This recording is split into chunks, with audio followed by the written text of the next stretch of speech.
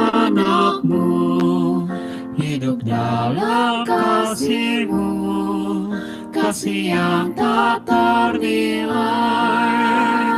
Tak sanggup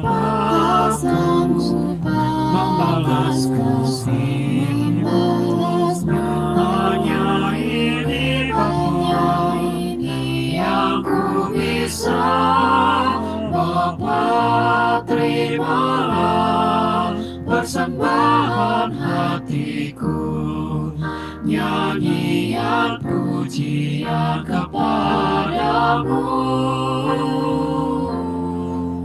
Ini diriku, terimalah Bapa persembahan hati.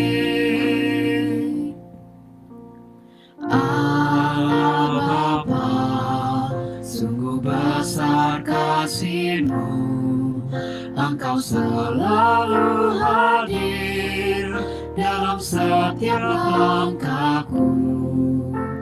Sungguh indah ku menjadi anak-Mu, hidup dalam kasih-Mu, kasih yang tak ternilai.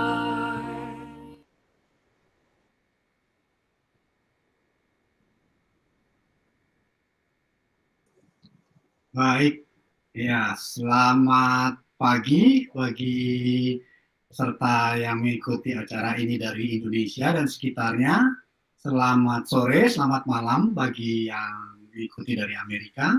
Selamat pagi Romo Thomas, terima kasih sudah hadir malam ini, hari ini untuk memberi kita semua pelajaran sesi ke-7. Belajar ini hari ini adalah sesi ke-7 dari 9 sesi yang diajarkan Romo Thomas untuk mengarahkan kita untuk lebih mengenal diri kita sebagai manusia ciptaan Tuhan. Tema hari ini adalah hati spiritual bagian kedua. Kita telah diajarkan Romo Thomas pada sesi kedua dengan judul yang sama, hati spiritual.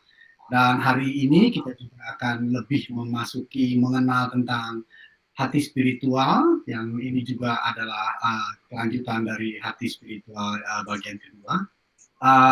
Waktu dan tempat kami segera berikan kepada Romo Thomas untuk memberikan berkat dan doa sebelum memulai acara ini.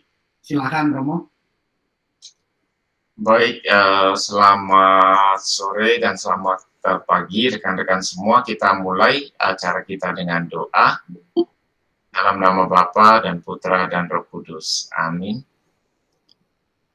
Bapa yang terkasih, kami bersyukur padamu atas semua anugerah-Mu kepada kami.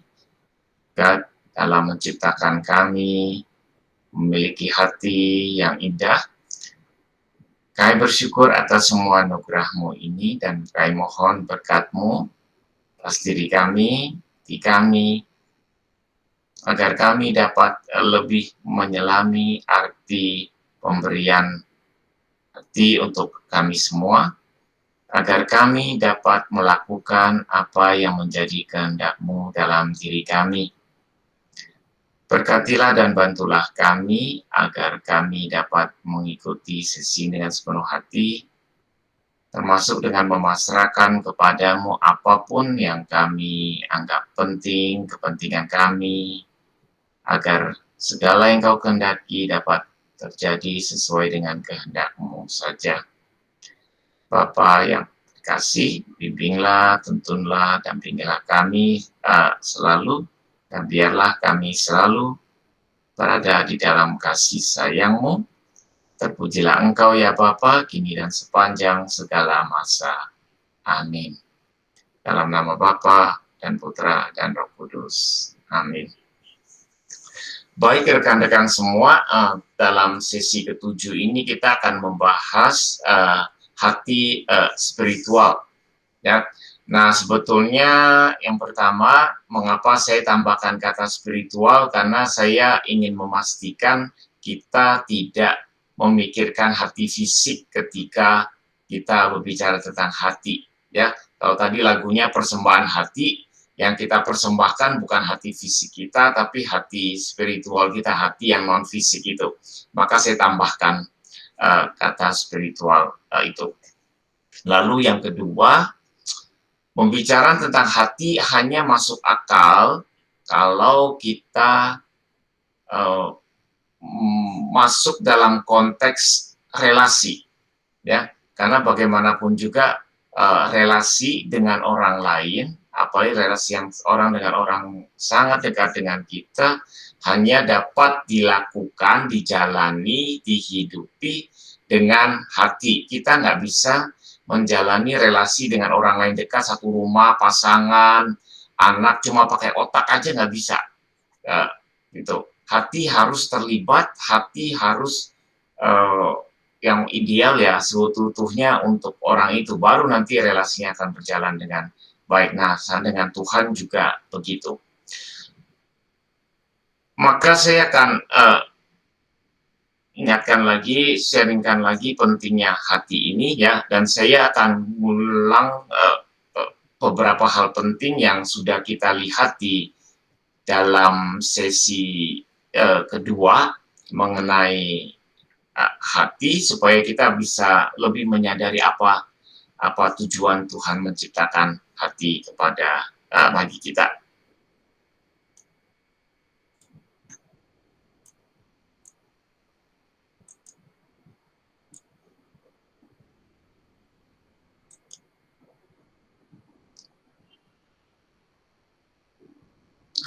Hati spiritual. Nah, pertama harus diingatkan. Jadi semua ini kan tema kita semua terkait ya,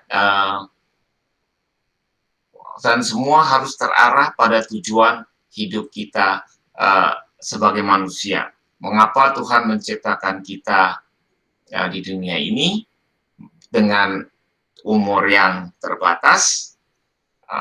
Semua itu ada tujuannya. Dan semua yang saya bagikan itu terarah ke sana. Jadi saya diingatkan lagi di sini ya, tujuan hidup manusia secara spiritual itu belajar percaya kepada Tuhan, memperbaiki relasi dengan Tuhan, ya, termasuk berserah kepada Tuhan dan sebagainya. Arahnya semua ke sini, ya, untuk semua tujuan hidup kita rohani itu. Mau bicara apa kalau tidak terarah ke sini, ya berarti kita mungkin sibuk dengan kegiatan kita sendiri, tapi sebetulnya kegiatannya tidak membantu kita untuk percaya, memperbaiki relasi dengan Tuhan. Jadi tujuan ini, percaya pada Tuhan, memperbaiki relasi dengan Tuhan, itu harus menjadi tujuan semua kegiatan rohani kita. Maka kalau mau berefleksi apakah kegiatan rohani kita itu bermakna, ada tujuan, nah lihatlah apakah terarah pada tujuan ini, ya. Nah, asumsinya satu, Tuhan mengasihi dan menyayangi kita seutuhnya tanpa batas. Ini kebenaran yang apapun yang terjadi dalam hidup kita, apapun yang kita pikirkan, lakukan, ini tetap abadi selama-lamanya. Jadi ya ini kalau ini kebenaran yang nggak bisa diganggu-gugat bagaimanapun juga, ya, entah bagaimana cara kita berpikir, hidup dan sebagainya. Ya, Tuhan mengasihi menyayangi kita seutuhnya tanpa batas sebagai Bapa. Jadi seperti orang tua mengasihi anak-anaknya. Kira-kira seperti itu ya, meskipun kita manusia ya nggak bisa dibandingkan lah dengan Bapa. Nah, setiap saat, nah karena Bapa sayang pada kita, setiap saat Bapa melakukan segala-galanya untuk mencapai dan merangkul kita, agar kita, nah saya beri tanda ini ya khusus ya pada kata terhubung secara langsung dengannya. Nah ini mengapa saya beri warna khusus terhubung, karena nanti hubungannya itu bagaimana terhubung, nah terhubungnya harus lewat hati, begitu ya. Seperti kita terhubung dengan orang lain, pertama-tama hubungan itu harus terjadi pada level hati. Kalau pada level hati tidak terjadi, nanti hubungan yang lain-lain itu pasti akan sulit dilakukan. Ya, maka kalau kita terhubung pada Tuhan, pertama-tama terhubungnya nantinya harus lewat hati. Kedua, nah setelah terhubung, nah itu menerima kasih sayang. Nah menerima itu juga pertama-tama harus dilakukan lewat hati. Ya, jadi tidak pakai tangan, nah tangan itu belakangan. Tapi pertama-tama kalau kita mau menerima segala sesuatu, hati kita lah yang perlu digunakan untuk menerima. Nah, tugas spiritual kita dalam hidup ini ya adalah menerima kasih sayang Bapa, ya, menerima pakai hati, membiarkan diri kita dikasihi, disayangi oleh Bapa. Nah, ini tujuan utama kita. Minimal sampai level ini, nanti bisa jauh-jauh lebih dalam daripada ini, tapi fondasinya di sini. Ya, kita harus belajar arah hidup kita adalah menerima kasih sayang Bapa, membiarkan diri kita dikasih sayangi oleh Bapa. Jadi arahnya ke situ. Jadi semua pembicaraan kita, termasuk pembicaraan soal hati spiritual ini, terarah pada tujuan ini. Nah, hakikat hati ini secara umum saja sebagai untuk manusia ya. Ini kan pusat ketenangan, damai kita. Ya. Nah, rasa damai itu bukan soal apa yang terjadi di luar kita, tapi apa yang dalam diri kita. Manusia baru sungguh merasa tenang dan damai kalau hatinya merasa tenang dan damai. Nah, ini kan sebetulnya hal yang umum disadari oleh orang, ya, kita semua. Entah orang beragama, tidak beragama, percaya pada Tuhan atau tidak, kita tahulah bahwa itu pengalaman. Gitu. Ya, dalam konteks spiritual, kalau kita merasa tidak tenang atau tidak damai, nah pada saat itu pastilah hati kita sedang tidak terhubung pada Tuhan, gitu. Karena nggak mungkin kita terhubung pada Tuhan apa itu terhubung dengan baik, sementara kita merasa tidak tenang, tidak damai itu pasti itu tandanya kita tidak terhubung pada Tuhan lewat hati. Jadi itu bisa menjadi indikasi atas ketidak terhubungannya kita dengan Tuhan.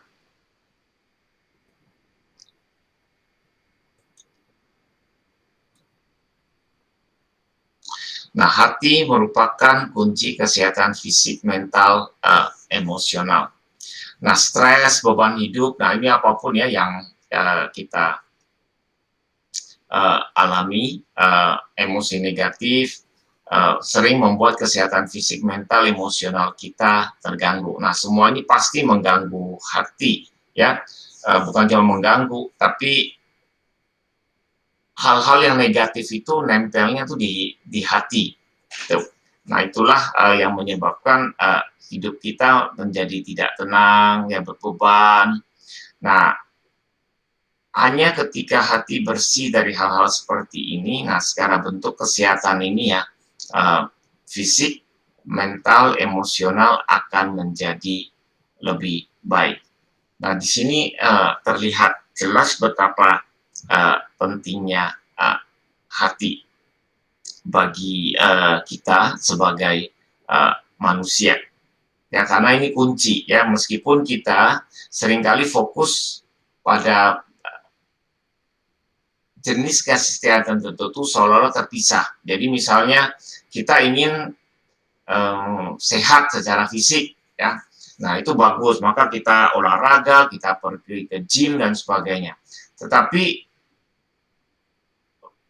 olahraga saja itu tidak cukup, ya. Jadi meskipun kita sering olahraga, tapi kalau hati kita kotor, ya, terbanyak emosi, banyak stres, ya kesehatan fisik kita tidak akan optimal. Ya, karena itu apapun jenis kesehatan yang kita ingin perbaiki, nah kuncinya nantinya akan harus hati. Jadi tanpa memperhatikan kondisi hati, kesehatan kita di bagian manapun akan terganggu.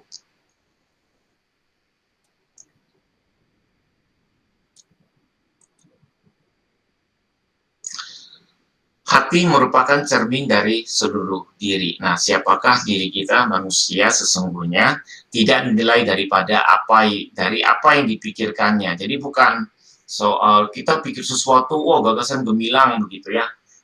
Itu berarti wah hidup kita pasti baik begitu. Nggak berhubungan meskipun kita sering berpikir gitu. Kita kagum pada orang punya pikirannya cemerlang dan sebagainya itu. Tapi penilaian itu kan lebih dari pihak kita ya karena kita kagum dan sebagainya. Apakah orang itu sungguh-sungguh baik itu, nah itu nggak tercermin dari apa yang dipikirkannya.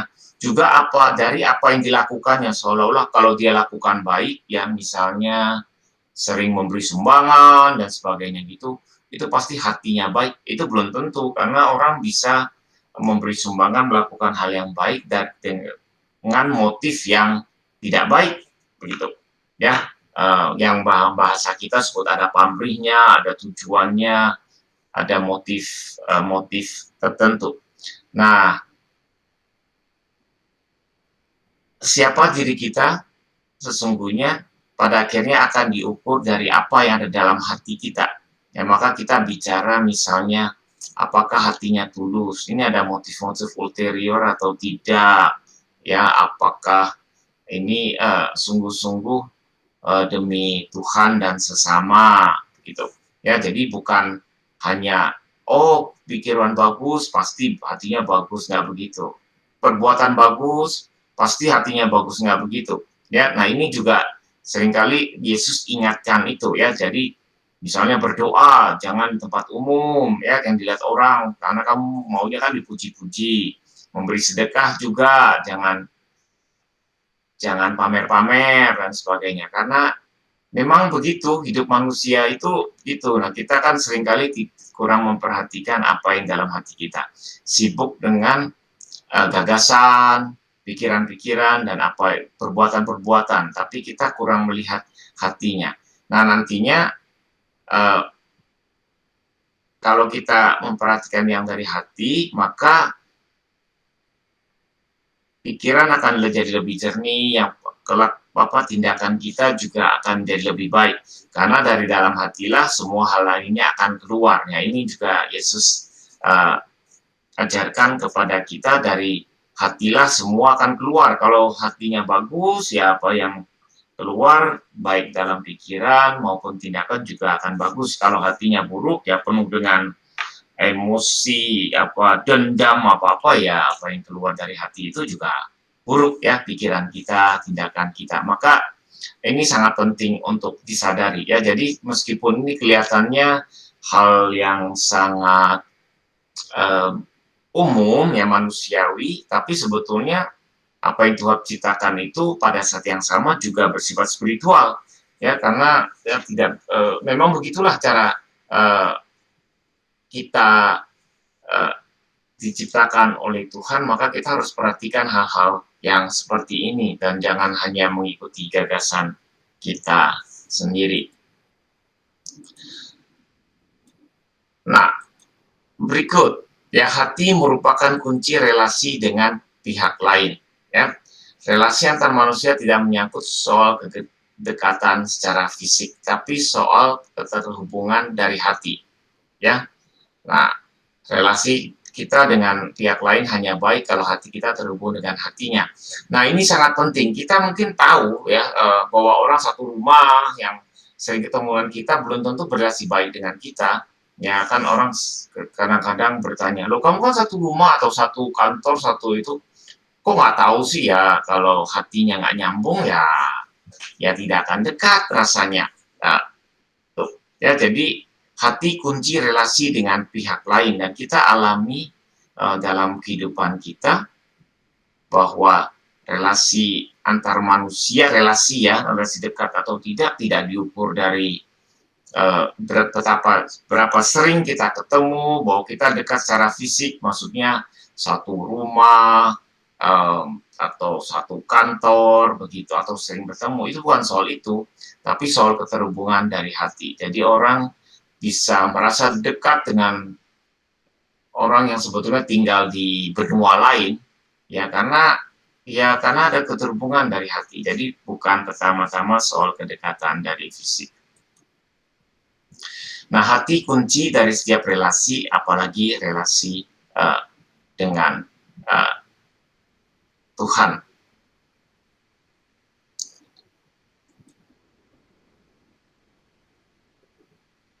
Nah, relasi manusia dengan Tuhan ya dapat dilihat dari hatinya. Jadi sebenarnya ini kunci bagi kita untuk cek apakah kita secara pribadi ya kita sebenarnya punya relasi nggak dengan Tuhan dari hati, atau sebagaimana relasi kita dengan Tuhan.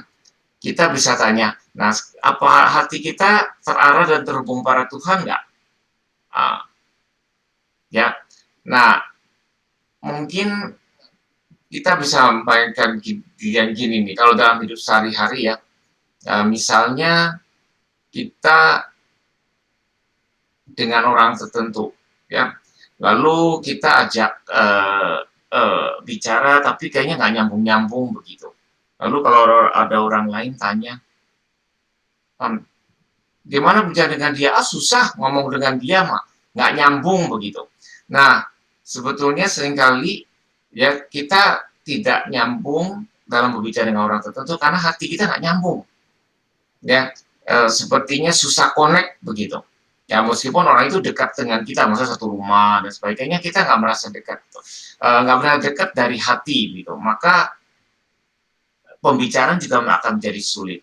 Apalagi kalau harus sharing, wah kita pasti tidak akan sharing dengan orang yang kita rasa hatinya jauh dari kita. Nah, hal yang sama bisa kita tanyakan dalam refleksi kita mengenai relasi kita dengan Tuhan. Apakah hati kita terarah terhubung pada Tuhan? Itu rasanya nyambung atau enggak? Ya, bisa lihat dari situ. Juga, nah, yang kedua, apakah kita atau yang siapapun ya menerima kasih sayang Tuhan terus-menerus. Nah, terarah, terhubung. Kalau terhubung, nah, itu harusnya nantinya kita dapat menerima kasih sayang Tuhan terus-menerus. Karena kalau Tuhan kan sumber kasih, ya. Nah, kalau hati kita terhubung kepada Tuhan, harusnya kita dapat menerima kasih sayang Tuhan terus menerus, kan terhubung pada Tuhan. Ya, maka kalau kita terhubung pada Tuhan lewat hati, nah harusnya nanti kita bisa menerima kasih sayang Tuhan terus menerus lewat hati kita.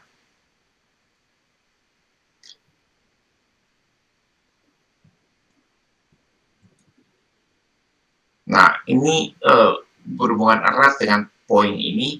Hati merupakan kunci penerimaan sebuah pemberian. Ya, kita baru akan menerima pemberian dari orang lain kalau kita percaya dan hati kita terbuka pada orang tersebut.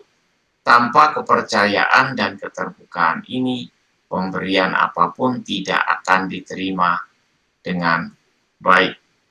Oke, saya berhenti dulu di sini ya. Saya ingin ingatkan hal ini. Begini nih, hati itu kunci penerimaan ya. Jadi katakanlah kita pergi ke airport gitu ya, terminal bis, apa begitu banyak orang dan sebagainya. Nah, kalau ada orang kasih kita air minum aqua apa gitu ya, kasih kita, nah kira-kira kita pasti, maksudnya kita kasih gitu, kita pasti terima dan lalu kita minum nggak?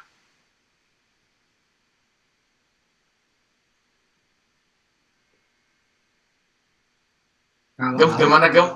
harus ya mungkin langsung diminum, Romo. Kalau gitu, tanpa tanya apa namanya gitu ya, wah itu siapa dan sebagainya begitu. Saya sih nanya dulu, Mo. Tanya dulu ya. Siapa yang ngasih? Kalau si Abi Tanya, kalau orangnya kelihatan tulus begitu. Iya. Nah, gini. Kalau stranger, kalau misalnya kita belum ngobrol dulu atau gimana, ya saya juga nggak akan langsung minum. Kalau misalnya kita udah ada conversation dulu waktu ketemu gitu, di bus, kita ngobrol, terus udah kira-kira ya 10 menit, 12, 15 menit ngobrol, terus dia bilang, oh mau minum apa enggak? Mungkin saya masih bisa minum langsung. Ya. Tapi kalau Nah, belum itu ada komunikasi, cuma langsung dikasih, saya nggak akan minum. nah kan tapi juga tergantung apa conversation-nya arahnya kemana kan. Iya. Misalnya apakah dari dalam itu setelah menit ke-5 kita tambah percaya atau enggak. Iya. Maksudnya kan lebih ya, tapi kalau menit ke-5 agak curiga, ke-7 Iya. tambah curiga, 10 Iya. sangat curiga. Kalau dikasih Iya. minum kita mungkin nggak ada. Ya kita Apalagi mungkin kalau nggak enak mungkin kita terima aja gitu ya. Atau kita tolak langsung. Ya, dengar di Indonesia itu kan banyak cerita macam-macam, Mo. Betul. Ada yang kamu di tap, dan itu juga kejadian itu kejadian sama tante dari suami saya sih. Jadi dia dihipnotis dengan tap shoulder. Jadi waktu lagi dia jalan di jalan ada orang yang berhenti naik mobil, terus tiba-tiba dia dibawa ke bank, dia nggak ingat sampai uang dia habis. Itu dia nggak tahu, pulang rumah baru ingat kalau dia uangnya habis. Baik. Nah, itu aja tanpa pembicaraan conversation ya, tetap gitu ya. Iya. Ya. Begitu. Kejadian sendiri jadinya ya, kalau apalagi kejadian di Indonesia. Kalau di sini kita masih belum, maksudnya di Amerika kan belum ada orang yang begitu, tapi udah dengar juga sih ada kejadian. Cuma ya belum kayak kalau di Indonesia kan kayak udah normal gitu tuh. Ya. Beberapa yang saya kenal kejadian di hipnotis begitu. Nah, itu kan ya, Gemma mau bicara sesuatu. Saya mau membalikan hubungannya dengan air tadi, pemberian dan itu bagaimana? Ya. Nah, begini nih kan, gini kita dikasih ya. Kalau kita diberi sesuatu, kan belum tentu kita akan otomatis menerima begitu ya. Misalnya gini nih, kalau kita dikasih kado oleh orang yang sangat tidak kita sukai, apakah kita akan menerima kado itu dengan sepenuh hati? Itu masih saya terima. Nah, terima.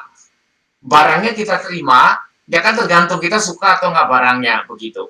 Nah, sebetulnya saya nggak pilih tentang barangnya, saya mikirnya intensinya dia dengan saya tidak suka sekali sama dia, tapi dia berusaha untuk menjaga hubungan dengan saya dengan memberikan sesuatu kepada saya.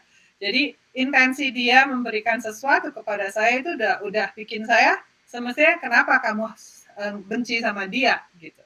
Itu tanda tanya bagi saya, dan saya mesti koreksi diri. Orang itu yang saya benci memberi saya sesuatu. Jadi saya mesti koreksi diri kenapa saya benci sama dia gitu.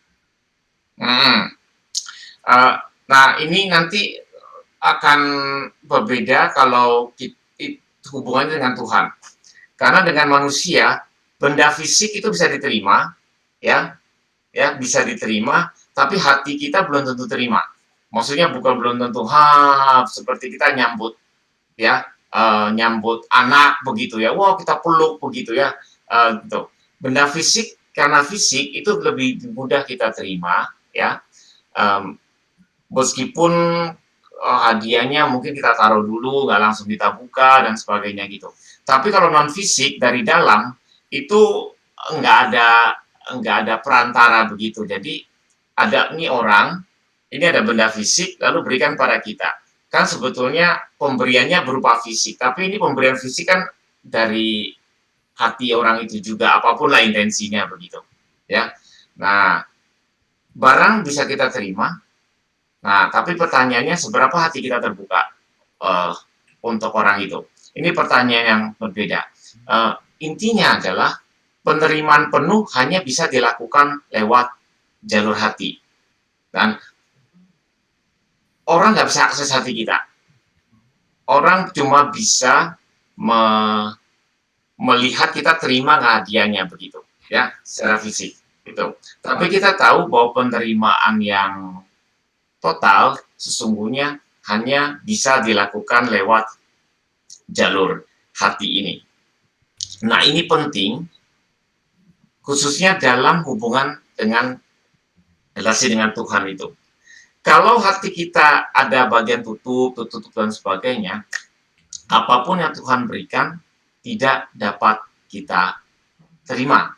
Karena hati itu kunci penerimaan dari situ.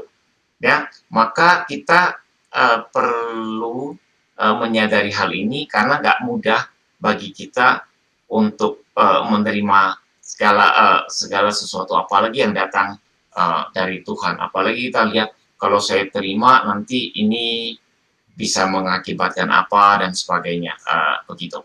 Nah, poin ini penting untuk disadari. Ya. Nah, karena itu dalam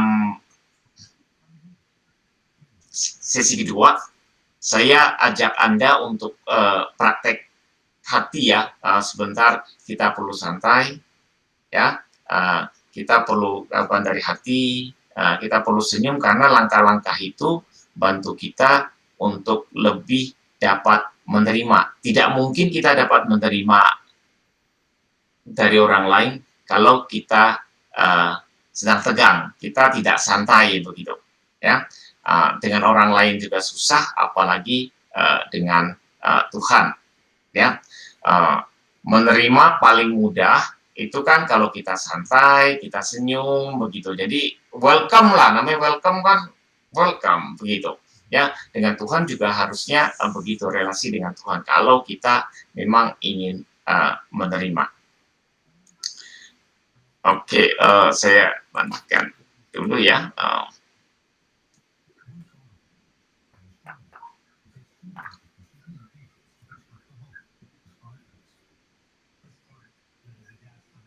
Oke, ini jadi hati kunci penerimaan sebuah pemberian, ya. Jadi pemberian yang diterima penuh hanya akan terjadi kalau kita melibatkan hati. Kita perlu percaya pada orang itu, hati kita perlu terbuka pada orang itu. Tanpa keterbukaan tidak bisa kita menerima sepenuhnya apa yang diberikan. Nah, karena itu dalam sesi 2 saya ingatkan pentingnya santai ya, pentingnya dan satu hati supaya kita melakukannya dari hati. Kalau kita senyum manis dan lepas itu jadi santai. Nah, ini sebetulnya ini harus dipraktekkan karena kuncinya tuh cuma dari sini gitu. Ya, karena kunci Tuhan memberikan hati kepada kita tujuannya hanya untuk ini, belajar menerima.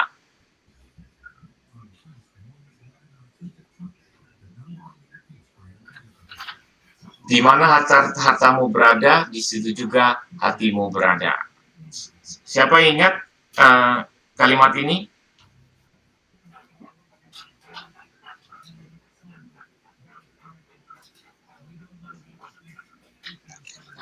Maksudnya versusnya atau apanya? Siapa yang mengatakan ini nih? Yang mengatakan ini siapa?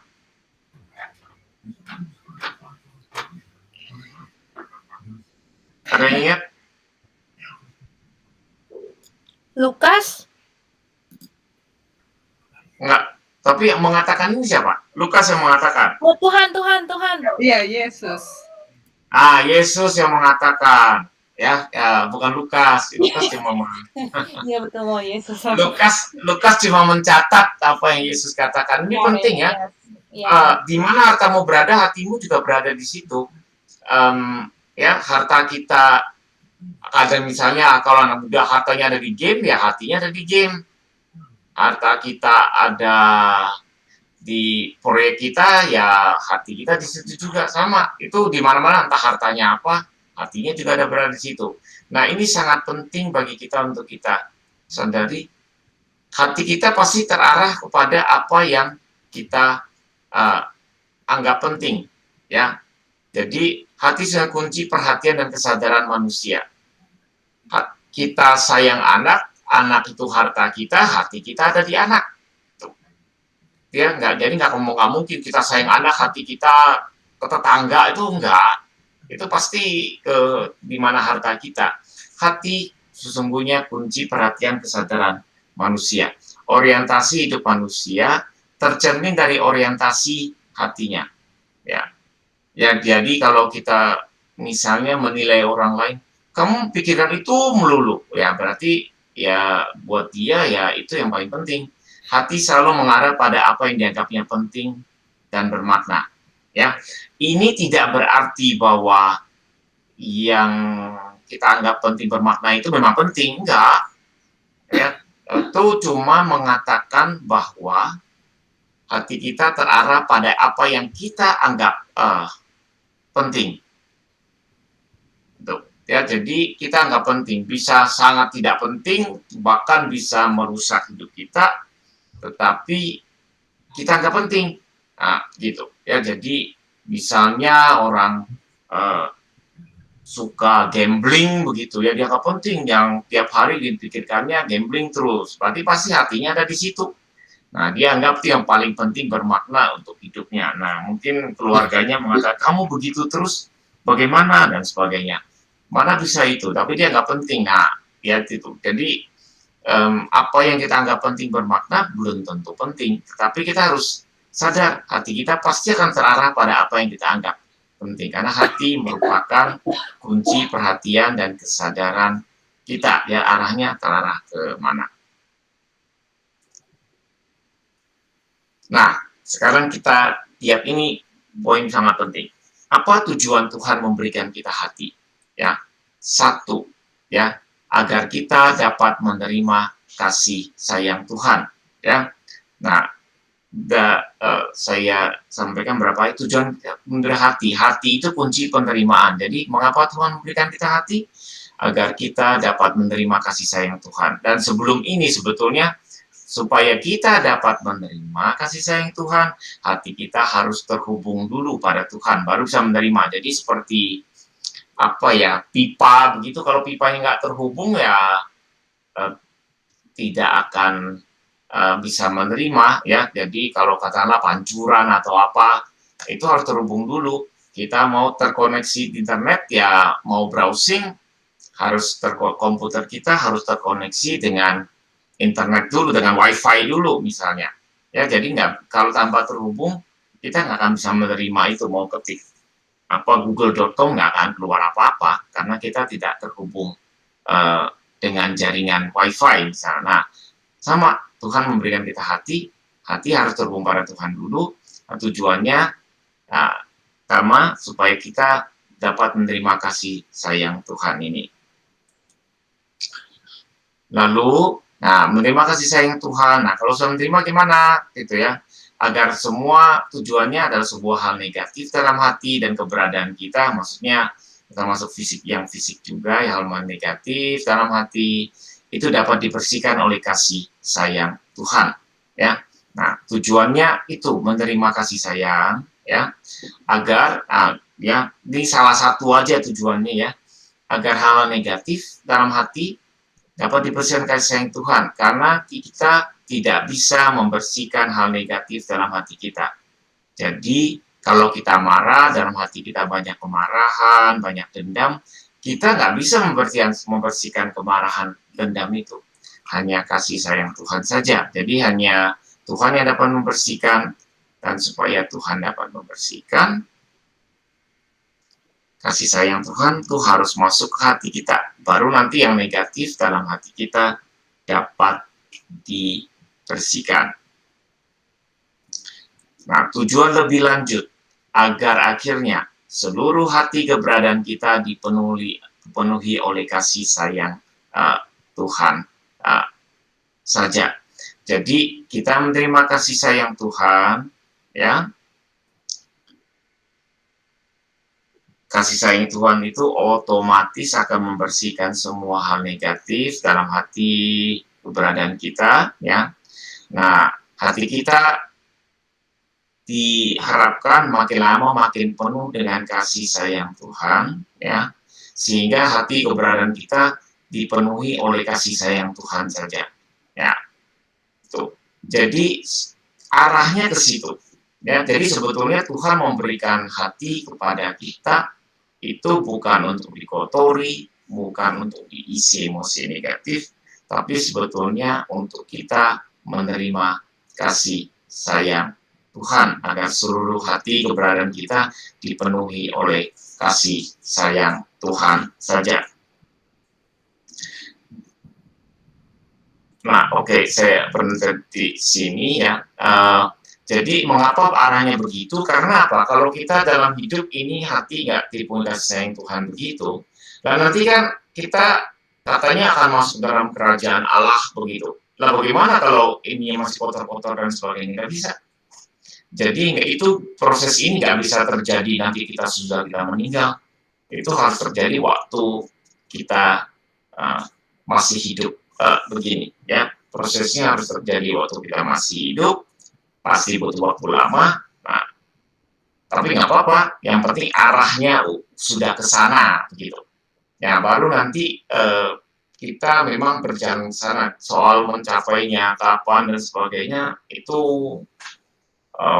tidak usah dikhawatirkan, tapi yang penting arahnya sana, karena nanti sampai meninggal pun ya Tuhan pasti bantu kita. Jadi itu tujuan Tuhan menciptakan hati atau memberikan hati kepada kita, hati spiritual ini, gitu. Oke, baik, itu saja Gema, dan silakan kalau ada yang ingin bertanya. Baik Romo, terima kasih penjelasan tentang hati spiritual ini cukup jelas, cukup mantap Romo. Tapi sebelum kita kembali ke sesi tanya jawab, ada pengumuman sedikit Romo, silakan Hans untuk pengumuman. Ya, seperti kita semua ketahui bahwa acara kita ini untuk mendukung acara kita dipersilahkan bagi siapapun untuk membantu memberi sumbangan kasih agar untuk kelancaran acara ini. Sumbangan kasih melalui cek dapat dikirimkan kepada Marcella di alamat di bawah ini, alamat, dan juga melalui Zelle elektronik ditujukan kepada jovara3@gmail.com. Untuk lebih jelasnya mengenai alamat kirim cek dan online dapat dilihat di website kami www.wkicu.org@gmail.com, ya, bisa dilihat di situ pengumumannya. Dan kemudian acara kita ada Ignatian Spiritual Exercise, acara meditasi online. Untuk bulan Desember nanti akan kita mulai, yaitu 9 Desember akan dibimbing oleh Romo Effendi Kusuma Sumur dengan tema Yesusku Luar Biasa, jam 8 malam Indonesia, waktu Amerika. Baik, tema pertama meditasi ini adalah mengapa Yesus memilih Maria pada tanggal 9 Desember nanti. Dan kemudian untuk acara Romo Thomas IEB minggu depan yang sesi ke-8 temanya adalah kematian. Acara akan dimulai jam 4.30 hari Minggu. Silakan bagi peserta yang saat ini hadir dimohon untuk hadir kembali agar kita sama-sama lebih mendapat pelajaran lebih jelas dari Romo Thomas. Baik, sudah sekian. Baik, bagi yang ingin bertanya silakan menyiapkan pertanyaan. Sebelumnya saya juga ingin bertanya kepada Romo Thomas. Penjelasan Romo tadi mengenai hati spiritual bahwa kita harus mempersiapkan hati kita, hati tempat kita terhubung dengan Tuhan, hati tempat Tuhan berbicara kepada kita. Itu cukup jelas bagi saya. Tetapi akhirnya timbul pertanyaan bahwa susah sekali ya Romo ya, bahwa kita ketika kita harus mempersiapkan hati kita hanya tertuju kepada Tuhan agar Tuhan hadir di hati kita, sementara hati itu ada di dalam tubuh kita, dalam artian tubuh fisik kita, hati spiritual itu ada di dalamnya, di mana kita sebagai manusia itu juga memiliki kebutuhan-kebutuhan daging, dalam artian kebutuhan-kebutuhan hidup, seperti halnya ya kita harus bekerja, mencari nafkah, kita juga harus memikirkan keluarga, memikirkan anak kita, gitu. Kita juga harus mengumpulkan bukan harta ya, harus mengumpulkan uang untuk hidup, Romo, untuk membekali kita hidup, membeli rumah, menyekolahkan anak segala macam. Pada akhirnya tadi ketika ada satu ayat yang mengatakan bahwa di mana hatimu berada ya, di mana harta mengenai harta tadi, di mana hatimu berada di situ, di mana harta ya tadi mengenai harta.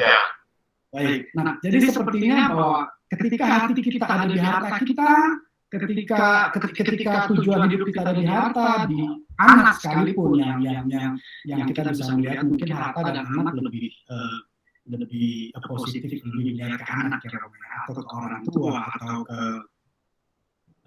tetapi ya pada akhirnya disitulah Tuhan kita berada, seperti yang tadi dilihat bahwa akhirnya saya melihat bahwa banyak sekali gangguan, banyak sekali hal-hal yang mengalihkan keberadaan hati kita yang harusnya untuk Tuhan, ketika kita juga dibebani oleh kebutuhan kita manusia.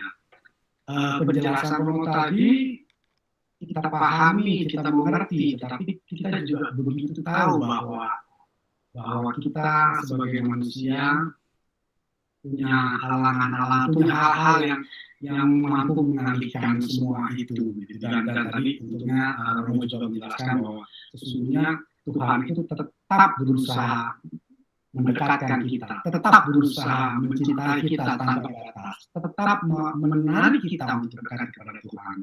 Dan ya bisa Romo berikan sedikit penjelasan Romo mengenai bagaimana kita tetap menjaga hati kita untuk Tuhan, sehingga di antara kebutuhan kehidupan kita, Romo. Silakan, terima kasih. Oke, ini pertanyaan yang sangat penting ya, dan pasti juga muncul di banyak orang.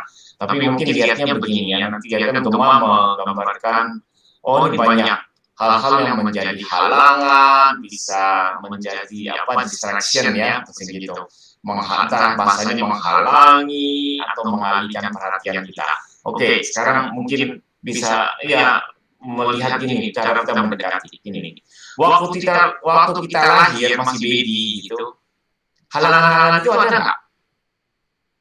Tidak ada tentunya. Nggak ada, ya. Halangan itu nggak ada. Nah, kalau sekarang ada, ya kebutuhan kita secara persis. Nah, sekarang masalahnya gini, karena waktu kan sebenarnya apa sih halangan? Bunga yang kita sebut halangan itu apa? Kita butuh hidup ya, kita butuh uang, kalau butuh uang butuh untuk hidup, kita butuh pekerjaan supaya ada uang ya. Oke, dia arah ke situ pasti. Nah, misalnya kita punya anak, nah harta kita di anak kita, maka hati kita juga ke situ, ya kan gitu. Yang waktu bayi kita tuh nggak punya halangan begini, ya karena uang diurus orang tua, masih bayi, kita sendiri bayi, jadi nggak ada halangan. Tapi sebenarnya halangannya dalam arti yang kita sebut sebagai halangan itu nol, tetapi nol waktu masih bayi sebetulnya. Waktu kita bayi, tapi orang belum besar. Tapi kenapa? Karena cara kita lihat beda. Ya, misalnya gini, ya, mengapa perhatian kita ke anak kita? Karena kita jadikan itu harta. Kenapa? Karena kita lihatnya itu anak kita. Kita nggak lihat pertama-tama sebagai pemberian Tuhan yang itu. Gitu. maka kita nggak mengkonekkan antara anak sebagai pemberian Tuhan, bahwa Tuhan memberikan itu anak kita pada itu.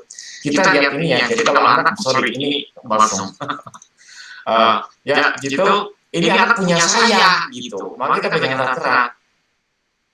Nah kalau udah begini, ini akan jadi halangan. Tapi kalau ini Tuhan kasih saya ini, ya ini anak apalah gitu, Tuhan terima kasih, Bapak terima kasih gitu. Ya, nah itu kan, nah udah Tuhan bahkan ini ada anak saya sangat sayang.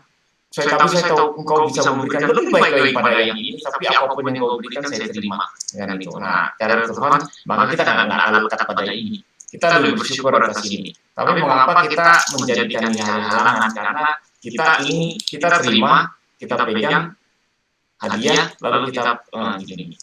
Maka lalu ini kita jadikan harta. Tuhannya kita lupa. Kita dari otak mungkin tahu bahwa iya anak pemberian Tuhan, dia dari otak, tapi hati kita nggak gitu. Makanya lalu gap itu, lalu semacam, jadi meskipun waktu lahir, anak lahir, oh Tuhan memberikan ini, dari ini kita tahu, tetapi dalam hati kita sikapnya nggak begitu. Kalau sikapnya begitu, benar-benar pemberian Tuhan, apapun Tuhan ini, pasti kita akan melihat itu sebagai halangan. Gitu. Nah, cara kita melihat, yang mendekati apapun, mau menafsirkan apa yang kita punya, itu yang menentukan itu. Mengapa kita anggap sebagai mengalihkan perhatian kita itu. Ya itu anak. Contoh kedua, ini kita kan semua perlu kerja ya, kata Santo Paulus, kalau nggak kerja mau sama kalau nggak kerja jangan makan gitu ya, kan gitu. Prinsip itulah, itu dong harus kerja. Tapi begini, kita tuh lupa bahwa Tuhan tuh menciptakan kita, taruh kita di dunia, ya. Dan Tuhan tuh Bapa sayang pada kita. Nah kira-kira kalau Tuhan sayang, Tuhan akan urus nggak? Maksudnya nanti kita dipastikan bahwa nanti kita punya kerjaan, kalau ngelamar nanti itu kira-kira diterima, pokoknya nggak ada kekurangan lah gitu. Kira-kira Tuhan kalau Tuhan sayang kita, Tuhan akan urus nggak kira-kira itu? Ada kemampuan pekerjaan dipermudah atau begitu. Kira-kira ayatnya burung di udara dan binatang ayatnya ada begitu. Ayatnya ada, betul. Nah sekarang prakteknya ada atau enggak? Nah soalnya gini, ya ayat kan ayat ya gitu ya kan, Yesus mengatakan dia kamu suka khawatir ini segala macam, tapi ujungnya Yesus mengatakan tapi carilah dahulu kerajaan Allah dan kebenarannya, semuanya akan ditambahkan padamu, begitu. Nah semuanya itu termasuk kerjaan, dapat uang, apa begini dan sebagainya, kesehatan, semua itu akan ditambahkan. Tapi yang paling utama adalah apa yang untuk kerajaan Allah itu. Nah, soal kasih sayang, hati, karena ini akan ada selama-lamanya. Kalau kita sudah meninggal, kita nggak butuh kerjaan, nggak ada lowongan di atas. Ya paling-paling cuma jadi apa kalau itu misalnya ya memuji Tuhan seperti para malaikat, nah itu paling ada kerja yang kayak gitulah, itu pun ya kalau kita memuji kepada Tuhan kita nyanyi sendiri, begitu kan otomatis. Nggak ada kerjaan lowongan apa-apa, kita nggak perlu. Butuh insurance nggak perlu ya, semua urusan Tuhan kita nggak perlu. Jadi tapi itu kan kita perlu di dunia ini. Nah ketika kita memprioritaskan hal-hal yang lain itu lah, ya hal yang lain yang Tuhan bilang atau Yesus bilang akan tambahkan. Sementara kita mengabaikan hal yang paling penting yang namanya kerajaan Allah, kita terbalik. Kalau Yesus kan mengatakan carilah dahulu kerajaan Allah dan kebenarannya, semuanya akan ditambahkan kepadamu. Tapi hampir semua dari kita carilah dulu apa yang hal-hal lain itu, dan kalau ada waktu, kalau ingat, baru kerajaan Allah dan kebenaran terbalik. Ya, cara kita lihat itu terbalik.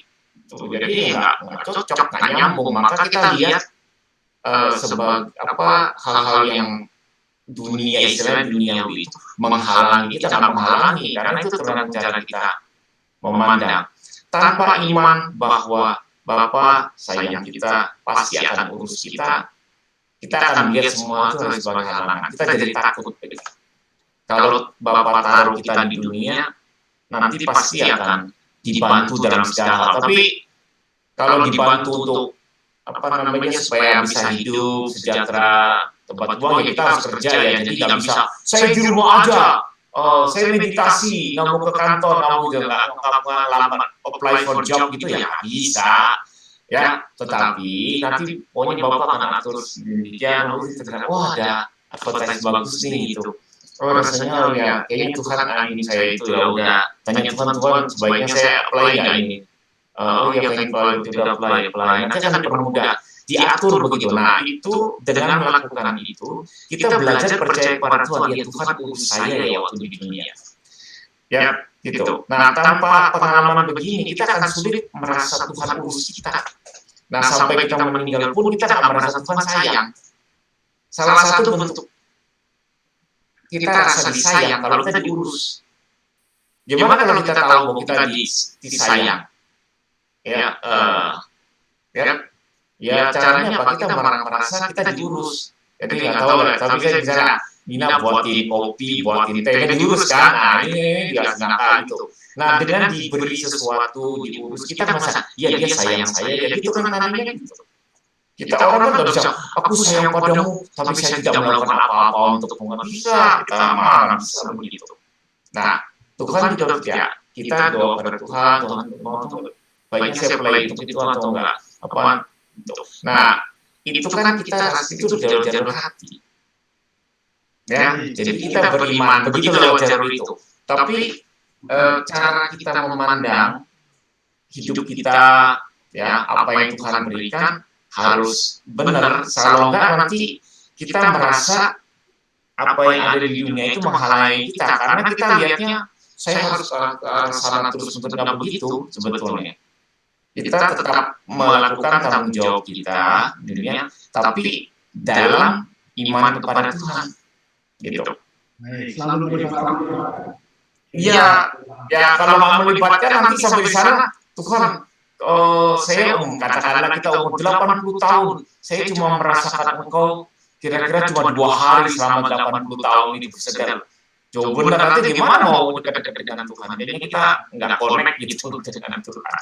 Gitu. Ya. Jadi kita tahu bahwa untuk menjaga hati atau kita tetap menyiapkan hati kita dekat dengan Tuhan, dan Tuhan juga bisa terhubung dengan kita adalah kita mengajak Tuhan atau menyerahkan segala kehidupan kita mengikut berjalan bersama Tuhan.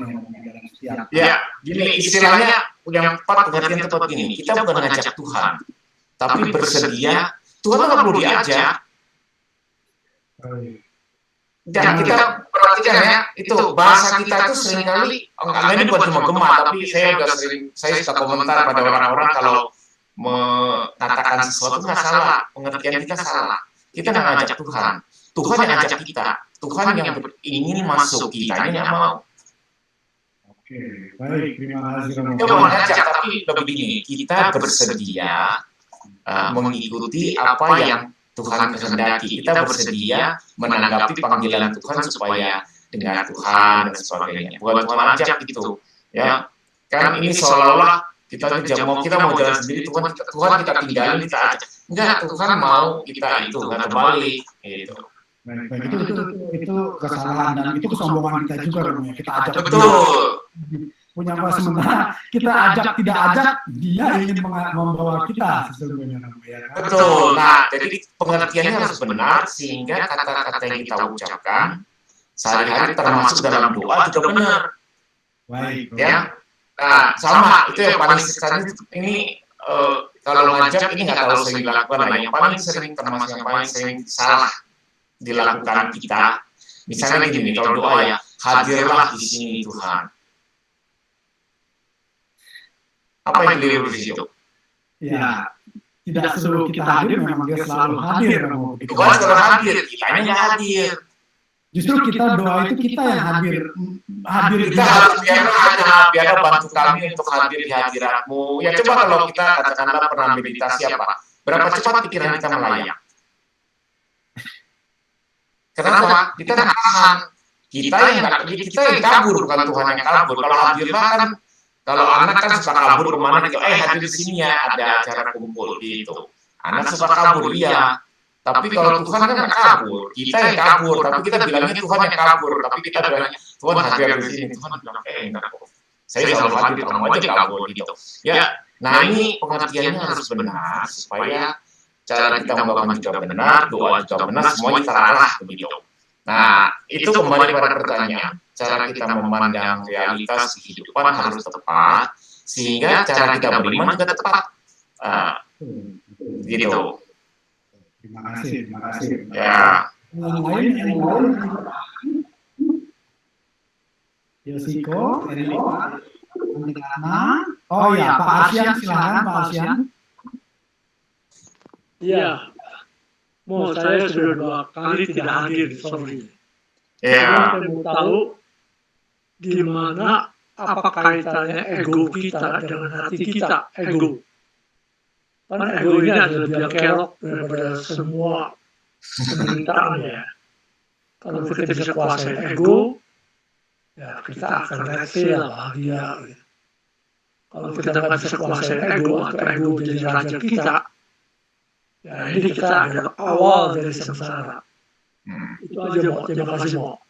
Terima kasih Pak Arsian, ini pertanyaan yang bagus dan sangat mendalam ya, begitu. Nah, mungkin saya akan tanya dulu gini ya. Pak Arsian mengatakan ya, ego sumber itu biang kerok, betul. Siap. Nah, kalau kita bisa kuasai ego, nah kita itu siapa? Ego itu siapa? Jadi sebetulnya kan gini nih. Kalau kita kuasai ego, egonya itu siapa? Kita kuasai kita. Bisa nggak? Nggak bisa. Jadi nggak mungkin. Jadi kita selalu butuh Tuhan, ya. Karena hanya Tuhan yang bisa mengurus ego kita, apapun lah kita gitu. Jadi siapapun kita, Gema nggak bisa menguasai egonya Gema. Orang lain, nah Tuhan bisa urus egonya Gema. Atau ego-nya kita semua masing-masing. Saya nggak bisa menguasai ego saya, karena saya juga bagian dari ego itu. Betul kan? Nggak bisa dong kita menguasai itunya sendiri, karena nggak mungkin saya, memangnya saya itu nggak ada egonya, pasti ada. Gitu. Oke, tapi yang penting ini ya, bagaimana tuh, apa hubungan ego dengan hati? Ya sebetulnya ego diri kita yang paling ego kita itu ada dalam hati yang lebih dalam juga ya. Tapi nggak usah khawatir, Tuhan pasti urus ya, gitu.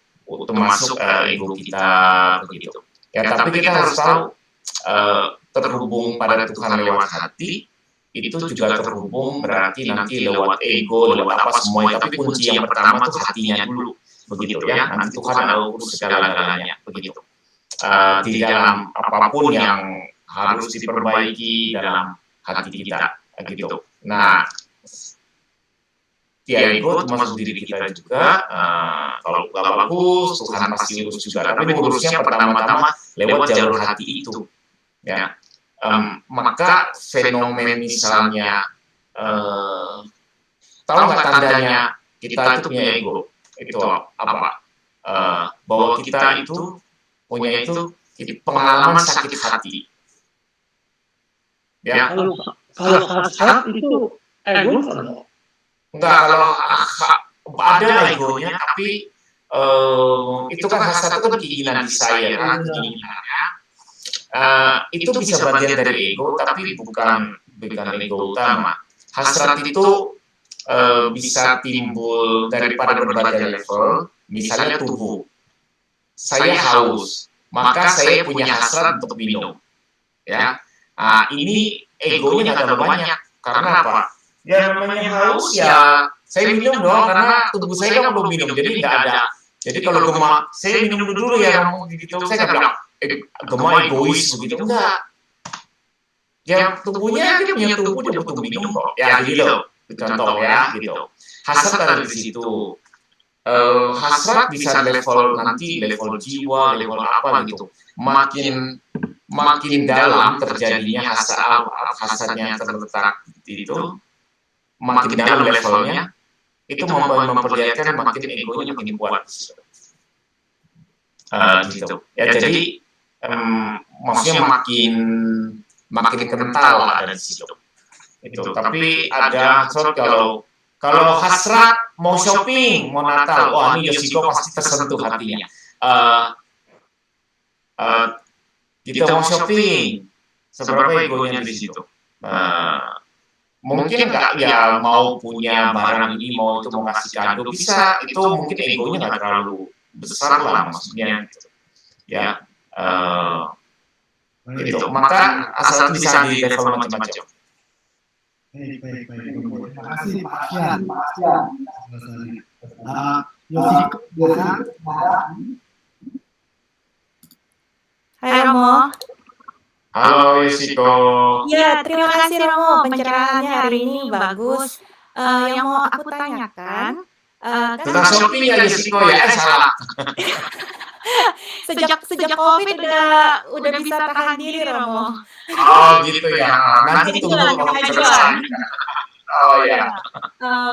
Improvement. Anyway Romo, tadi kan Romo bilang tentang hati itu harus terhubung dan menerima. Ya. Nah, kalau misalnya, kan tadi Romo bilang hati itu kan kunci kita, merupakan kunci perhatian dan kesadaran manusia. Jadi, kalau misalnya hati itu misalnya apa yang kita anggap penting, pasti itu terus ada di dalam hati kita. Betul Ya. kan? Bisa juga yang positif atau negatif. Kalau yang positif itu gampang sekali Romo misalnya, kita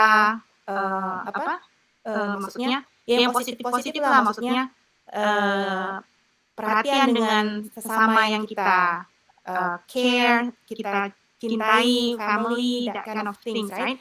Tapi kalau dengan yang tadi aku mau tanya, kalau hati kita disakiti Romo, itu kan pasti it will stick lebih lama mungkin, dan hati kita sakit terus. Dan tadi Romo bilang bagaimana biarkan semua hal negatif dalam hati itu dibersihkan oleh kasih sayang Tuhan. Tapi bagaimana caranya? Berarti itu tadi yang Romo bilang ego itu berarti self awareness ya Romo. Berarti kita harus membuka hati untuk bagaimana itu Romo. Jadi caranya untuk biar Tuhan itu cepat membersihkan hati kita dari rasa sakit hati itu gitu. Kan kita nggak mau rasa sakit itu ada lama-lama di dalam hati kita gitu. Ya. Itu betul. Ini pertanyaan gua bagus ya, karena memang pengalaman kita semua kan begitu. Ya, jadi memang kalau hal yang bagus dalam hati ya mudah, tapi kalau hal yang jelek yang nggak negatif, misalnya sakit hati, ya kita disakiti gitu kan negatif, kita nggak mau ada di situ. Tapi kuncinya sama, yaitu bahwa kita perlu membiarkan kasih sayang Tuhan masuk hati kita, membersihkan hal negatif itu. Bukan saja emosi, misalnya kita marah pada orang itu, ya. Jadi misalnya marah, sakit hati, dendam, apa gitu. Nah itu harus dibersihkan. Nah juga apa yang menyebabkan itu, masalahnya apa di situ juga itu harus dibersihkan sampai sedalam-dalamnya, gitu. Jadi penyebabnya, akarnya, semua itu. Nah Tuhan hanya bisa membersihkan semuanya itu kalau kita biarkan kasih sayang itu akses hati kita, gitu. Nah, itu sebabnya mengapa kalau praktek hati harus santai, senyum, dan biarkan kasih sayang itu akses gitu, bersihkan semuanya, gitu. Ya, itu penting, ya, karena kita nggak bisa membersihkan yang ini. Sakit hati nggak bisa kita, seperti apa ada kotoran, ada bumbu-bumbu tiup aja hilang, itu nggak bisa. Itu dalam hati kita pasti ada di situ.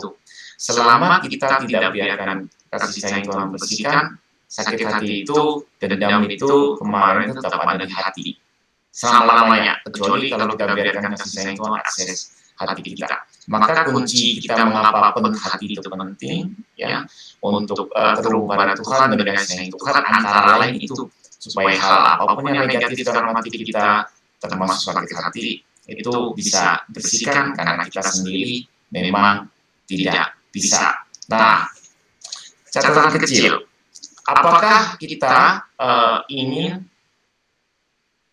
semua hal yang negatif dalam hati kita dibersihkan. Kita mau pikir iya, tapi dalam praktek belum tentu. Ya, artinya begini, misalnya ada orang yang sering nyakiti hati kita, apalagi satu rumah atau apa gitu ya.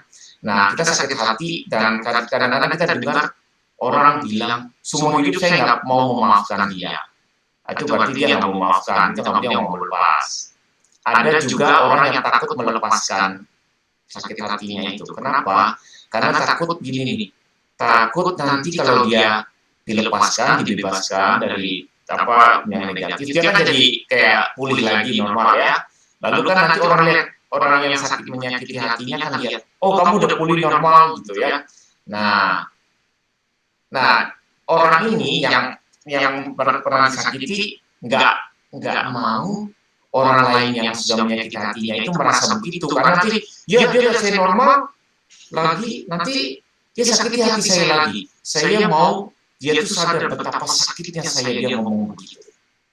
Maka dengan sengaja dia tahan ini supaya tidak dilepaskan, supaya dia tahu betapa sakit hatinya saya waktu dia mengatakan itu. Nah, kalau orang yang punya sikap begitu, dia nggak lepaskan. Meskipun Tuhan mau membersihkan. Nah, ini berhubung dengan apa yang Mas Asian bicara soal egonya itu. Jadi dalam emosi negatif itu sebenarnya bisa ada ego kita itu. Kita nggak mau melepaskan emosi itu karena ada ego kita yang ada di situ. Ya, jadi kita belum tentu mau melepaskan apa yang negatif sama kita. Nah, buktinya lihat aja apakah nanti kalau hati-hati biarkan Tuhan kasih sayang Tuhan membersihkan semuanya dalam hati kita. Bahkan itu kita bersedia atau enggak, hanya begitu. Apakah saya menjawab pertanyaanmu, Yoshiko? Iya, Romo, thank you. Berarti intinya kita harus ada self-awareness bahwa kita bersedia dan meminta pertolongan Tuhan untuk membersihkan rasa sakit hati kita itu dengan cara membuka hati dan biarkan Tuhan mengalir dan memberikan rahmat-Nya. Betul, Romo? Iya, jadi nanti kan terlihat dari sikap hati ya. Pokoknya terserah, pokoknya apapun yang kau berikan, kau lakukan. Nah, itu dari hati, pokoknya udah begitu. Ya, Tuhan mau ngapain nanti kita serahkan kepada Tuhan. Nah, sikapnya harus begitu. Oke, Romo. Thank you, Romo. Ya. Terima kasih. Pertanyaan nih. Oke, Lil, silakan sudah masuk. Iya, misalnya ya ada temen nih ya curhat sama Ya. nangis Ya. ya. Aduh, saya sakit hati sama tuh orang. Kita mah bisa bilangin, ya udah kamu maafin aja. Nggak bisa. Kalau saya maafin, ntar katanya itu orang masuk surga. Biarin saya nggak maafin, biar 7 turunan nggak masuk surga tuh orang. Waduh. Kalau ngadepin orang begitu kan kita tahu ya hanya Tuhan yang bisa nyembuhin hatinya.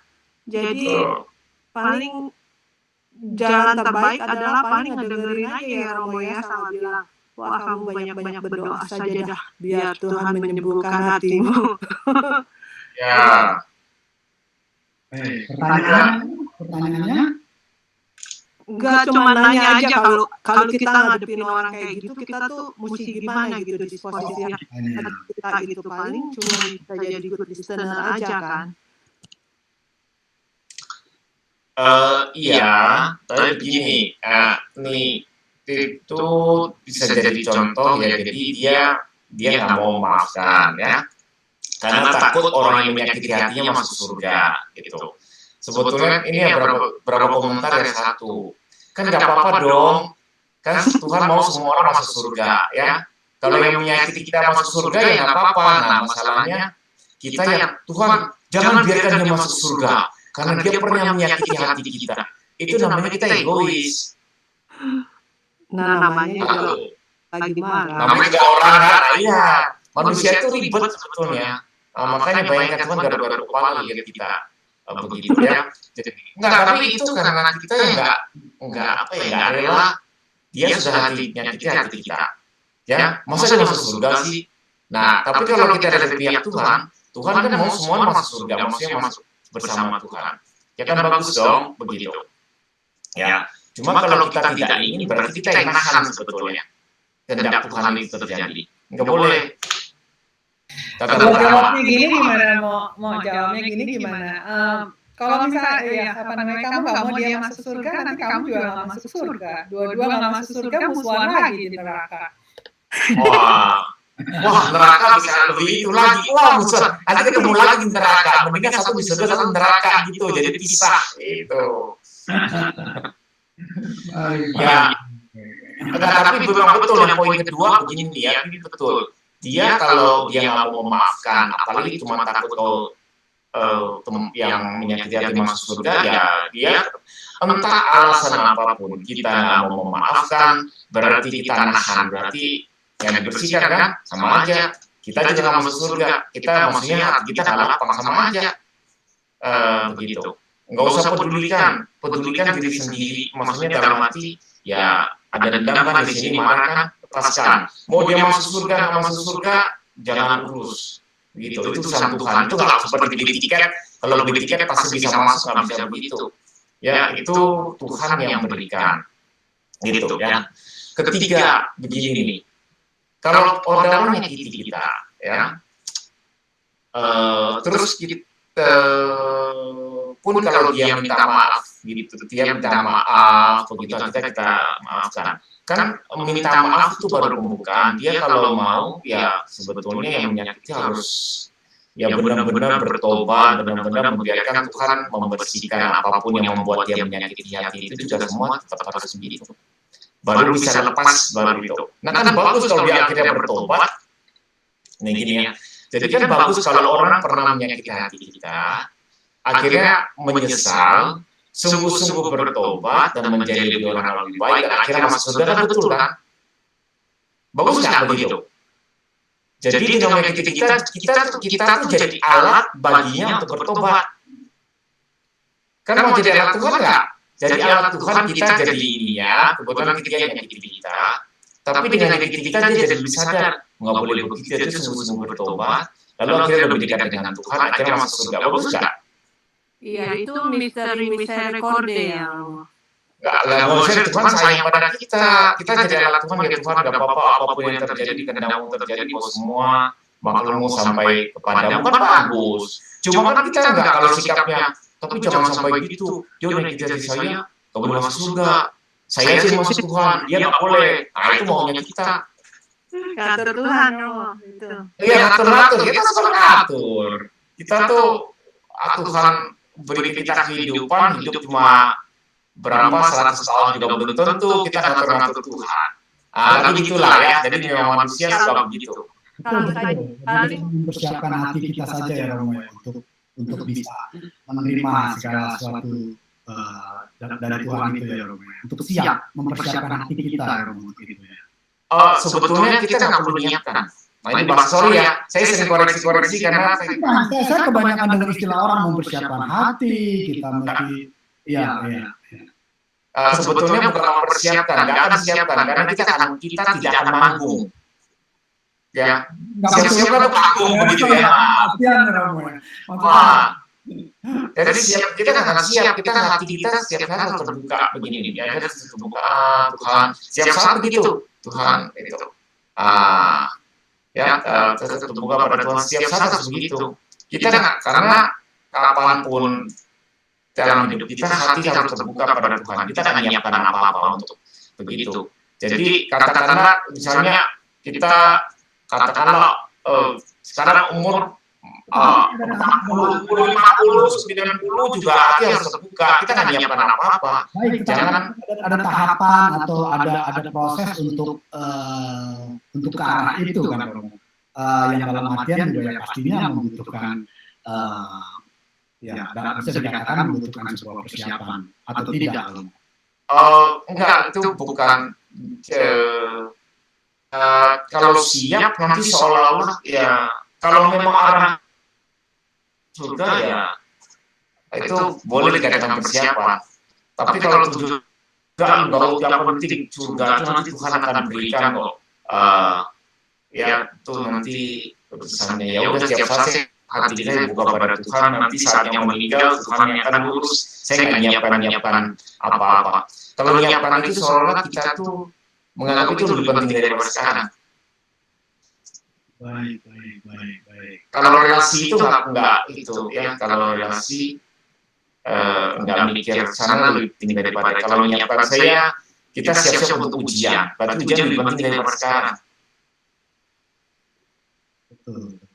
Ya, tapi kalau hati enggak, kalau untuk Tuhan bukan masuk surga lebih penting daripada sekarang. Sekarang, nanti, selama-lamanya, sama pentingnya. Nah itu. Nah ini spiritualitas tingkat dalam ini, kalau itu. Baik. Ya. Ada berapa waktu lagi Romo untuk sesi tanya jawab ini? Aku mau tanya lagi enggak? Kalau diperbolehkan moderator silakan. Saya kan silakan deh. Bertanya ya, jangan ceritain teman kamu yang nggak bener itu ya. Maksudnya bertanya. Silakan. Kalau misalnya hati yang marah gitu, yang dendam gitu, pokoknya hati yang tidak bersih lah gitu ya, Romo ya. Itu kan jauh dari God's grace ya, Romo ya. Maksudnya jauh dari apa ya, pertolongan Tuhan ya, Romo ya. Istilah kasarnya kalau ngomong, kalau hatimu tidak bersih, kamu tuh dekat dengan kesialan, gitu ya, Romo ya. Begini, iya tapi jangan tertentu. Jadi pengertiannya gini ya. Kalau orang nggak apa-apa, nggak gini. Jadi kalau orang misalnya penuh dengan dendam, emosi negatif dan dia benar-benar nggak mau apa gitu ya, nggak mau dibantu. Nah itu bukan berarti Tuhan lalu bilang kayak Tuhan ngambek, udahlah kamu kayak begitu, saya nggak mau bantu, bukan begitu. Tuhan tetap berusaha untuk membantu dan segala macam ya. Cuma begini, Tuhan kalau bantu kita pertama-tama jalur lewat hati. Jadi kalau hatinya itu penuh dengan dendam apa-apa gitu ya, kan kita tutup nih. Nah, kasih sayang Tuhan itu nggak bisa akses hati dia. Itu yang menyebabkan dia nggak bisa dibantu. Tapi bukan Tuhan nggak mau bantu. Bad spirit yang lebih bisa akses kali kalau begitu. Makanya siap. Spirit apa enggak? Itu kasih sayang Tuhan itu bagian dari Tuhan itu harus akses gitu. Jadi kalau kita tutup karena kita dendam apa-apa begitu, misalnya banyak emosi marah begitu. Nah, kasih sayang Tuhan yang harusnya bisa masuk ke hati itu nggak bisa masuk ke hati. Jadi itu sebagai benteng-benteng begitu. Karena itu orang begini itu nggak bisa dibantu oleh Tuhan. Sayang Tuhan nggak bisa akses ke situ. Dalam arti ini ya kalau ada apa-apa Tuhan nggak bisa bantu itu karena hatinya tuh nggak bisa digunakan untuk terhubung pada Tuhan begitu. Tapi itu bukan berarti Tuhan tidak bantu dia gitu. Kita tuh sering pikir kalau orang begini Tuhan nggak mau bantu atau jauh dari Tuhan itu bukan karena Tuhan yang menjauh, tapi orang itu menjauh gitu. Jadi seperti anak kita ngambek ya, kita orang tua mau bantu, anaknya malah ngumpet di kamar lah, apalah, lalu mojok begitu nggak mau itu. Ya itu bukan. Nah, kita orang tua kalau kesel kan bilang, ya udah kalau gitu time out ya, gitu. Ya mungkin kita bisa gitu, Tuhan nggak pakai time out, ya Tuhan nggak kasih kita time out, gitu. Cuma selama hati kita nggak buka pada Tuhan, kita nggak bisa dibantu. Anak kalau lagi ngambek begitu, kalau dia nggak buka begitu, nggak bisa. Nah, kita kan waktu kita terbatas, jadi kita mungkin 1-2 kali itu, habis itu dia kayaknya Mas Marmar itu kita tinggalin aja, kita tinggalin buat masak, kita tinggalin buat kerjaan itu, nanti kamu kita tengok lagi ya. Kalau kita punya kerjaan lain, tapi Tuhan setiap saat bantu dia, sampai dia ya udah mulai ya mama gendong ya, mulai gitu berarti udah agak mau lah, tapi kita gitu ya udah tinggalin dulu. Ya begitu kira-kira gitu sebetulnya. Baik. Kira-kira ya. Atau pertanyaan lagi ya. Oke. Silakan, Sian. Ya, Pak. Bisakah manusia itu egois tanpa ego? Sebab memang setiap manusia itu ada ego. Apa benar kalau kita sudah enggak tanpa ego, maka itu ada pencerahan kalau dalam kata Buddha ya, dalam Buddha. Ya, sama aja lah. Kalau kita nggak dikuasai ego, maka orang menampar pipi kiri, berikan pipi kanan. Nah, jadi pertanyaan saya, apakah orang bisa egois tanpa hasrat, sehingga jiwanya itu mungkin akan damai? Sekian dulu. Baik, Pak Arsian, ini pertanyaan yang sangat bagus ya, sangat mendalam. Jawaban singkat saya begini, manusia nggak bisa egois kecuali dibantu, diurus langsung oleh Tuhan. Prinsip begitu. Kita nggak bisa ngurus siapapun makhluk, nggak bisa ngurus ego kita. Ya hanya Tuhan yang bisa urus itu. Nah, jadi untuk sampai tanpa hasrat pun nggak bisa gitu. Kecuali Tuhan yang urus. Maka kuncinya adalah hati itu, maka santai biar Tuhan yang urus ya, termasuk bereskan emosi negatif, bereskan apa gitu. Apa yang kita anggap penting itu baru bisa gitu. Jadi membuka hati ya, karena kalau nanti kita beri akses ya pada Tuhan nggak bisa apa-apakan kita gitu. Dan kita perlu ingat dalam banyak hal, dalam semua hal, ego kita ada di mana-mana. Maka kita sayang anak kita nggak sayang anak tetangga, ada anak yang itu sama-sama umurnya sama begitu, tapi kita nggak sayang seperti sayang anak kita. Kenapa? Ada itunya di situ, ada kitanya di situ. Nah, ini penting ya, tapi itu penting karena kalau sampai pada Tuhan nggak bisa kalau kitanya cuma mikirin punya saya gitu ya. Ya sama tadi pertanyaan Lil tadi ya, kalau temennya yang itu ya dia nggak boleh masuk surga gitu karena dia sudah menyakiti saya. Nah pentingnya kan ke sayanya, karena dia pernah menyakiti saya, dia menyakiti orang lain nggak apa-apa, tapi pokoknya saya jangan. Padahal Tuhan kan mau semua masuk tuh surga, maksudnya masuk sampai sama Tuhan. Itu harus lepaskan kayak gitu. Hanya Tuhan yang bisa urus itu, memberikan kepada kita. Gitu. Oke, terima kasih, Bu. Ya, sama-sama. Ya, pertanyaan terakhir tadi dari Pak Arsian sudah selesai. Saya rasa cukup hari ini, Romo, sudah jam 6. Mungkin Romo juga masuk dikerjakan. Baik, Romo, terima kasih kepada yang hadir malam ini. Terima kasih kepada penanya, Liliana, Yosiko, Pak Arsian, Jena, juga kepada orang-orang di belakang layar yang host yang membantu kelancaran acara ini. Terima kasih. Baik, Romo Thomas, silakan menutup acara kita hari ini dengan berkat. Mari kita tutup acara kita hari ini dengan doa. Dalam nama Bapa dan Putra dan Roh Kudus. Amin. Bapa yang terkasih, kami bersyukur padamu atas semua anugerah-Mu kepada kami, termasuk dalam memberikan hati kepada kami, agar kami dapat terhubung kepadamu lewat hati kami, menerima kasih sayang-Mu. Engkau menghendaki agar dengan terhubung padamu, menerima kasih sayang-Mu, hati kami dapat lebih penuhi oleh kasih sayang-Mu, dan Engkau juga dapat membersihkan segala sesuatu yang tidak sesuai dengan kehendak-Mu, termasuk emosi negatif yang sering kami alami.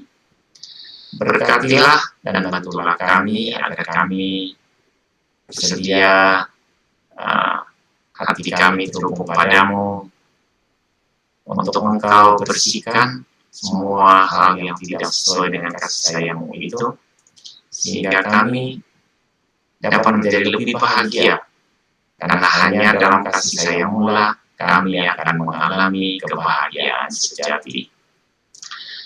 Bapa yang terkasih, Engkau menciptakan kami, beri kami hidup agar kami dapat lebih percaya padamu, berserah kepadamu.